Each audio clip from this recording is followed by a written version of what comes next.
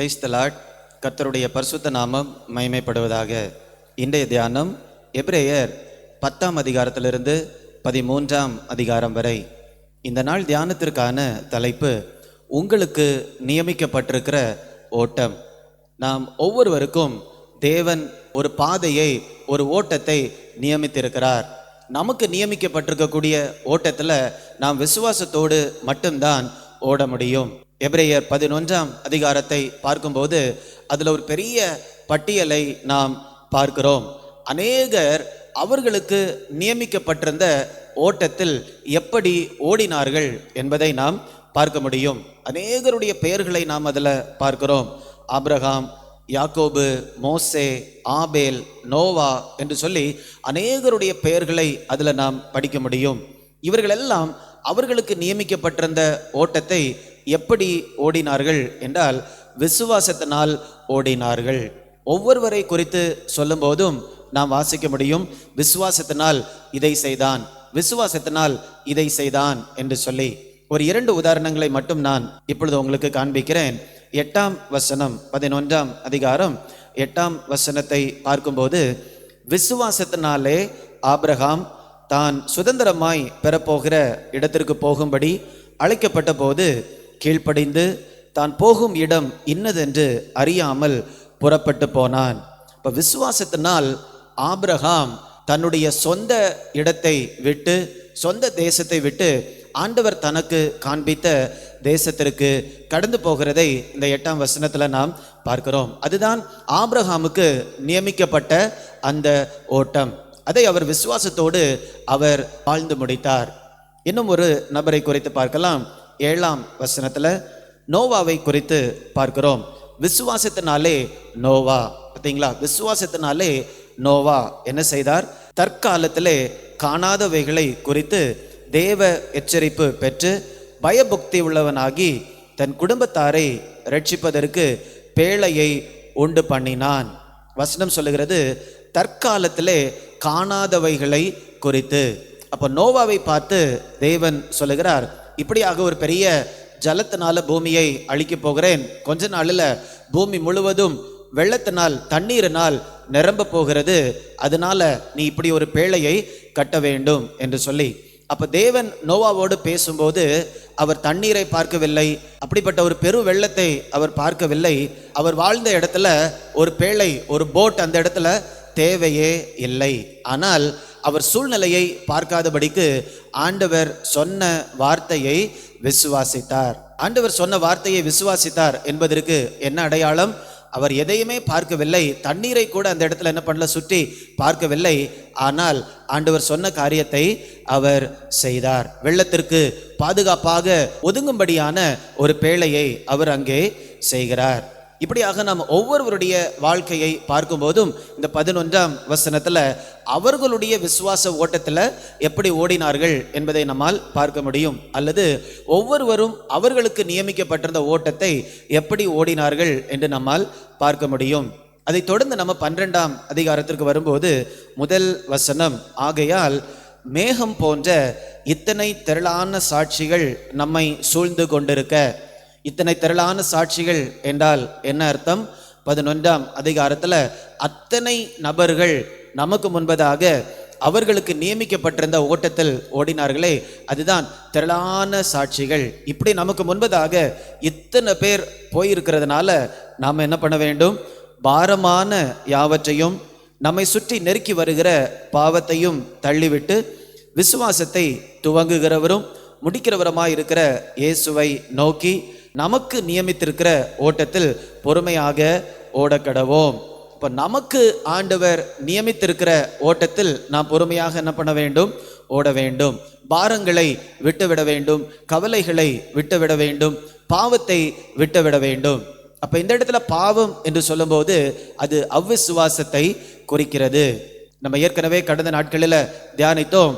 இந்த அவ்விசுவாசத்தினால தான் ஆண்டவருடைய ஜனங்கள் கானான் தேசத்துக்குள்ளாக போக முடியவில்லை. ஆண்டவர் அவர்களுக்கு கொடுத்த இளைப்பாறுதலுக்குள்ளாக பிரவேசிக்க முடியவில்லை. அப்போ நாம் அவ்விசுவாசமாகிய பாவத்தை நாம் என்ன பண்ண வேண்டும்? விட்டு விட்டு விசுவாசத்தோடு ஆண்டவர் நமக்கு நியமித்திருக்கிற ஓட்டத்தில் நாம் ஓட வேண்டும். என்ன ஒரு காரியத்தை கூட நம்ம பார்த்தோம், விசுவாசத்தை துவங்குகிறவரும் முடிக்கிறவரும். அப்ப இயேசு நம்முடைய வாழ்க்கையில விசுவாசத்தை துவங்குகிறவராக இருக்கிறார். அப்ப நாம் என்ன பண்ண வேண்டும்? அவரை நோக்கி நாம் ஓட வேண்டும். இத்தனை பேர் நமக்கு முன்னால ஓடி இருக்கிறாங்க, அவங்க பின்னால நம்ம ஓடிக்கொண்டு இருக்கிறோம். இப்ப யாரை நோக்கி நாம் ஓட வேண்டும்? இயேசுவை நோக்கி நாம் ஓட வேண்டும். நாம் சுவிசேஷங்களில் பார்க்கும்போது கூட ஒரு நாள் இயேசு கடலின் மேல் நடந்து வருகிறார். அதை பார்த்த உடனே பேதுரு சொல்லுகிறார், இயேசுவே, இது நீர் என்றால் நானும் கடலில் நடக்கவா என்று கேட்ட உடனே நீ வா என்று இயேசு சொல்லுகிறார்.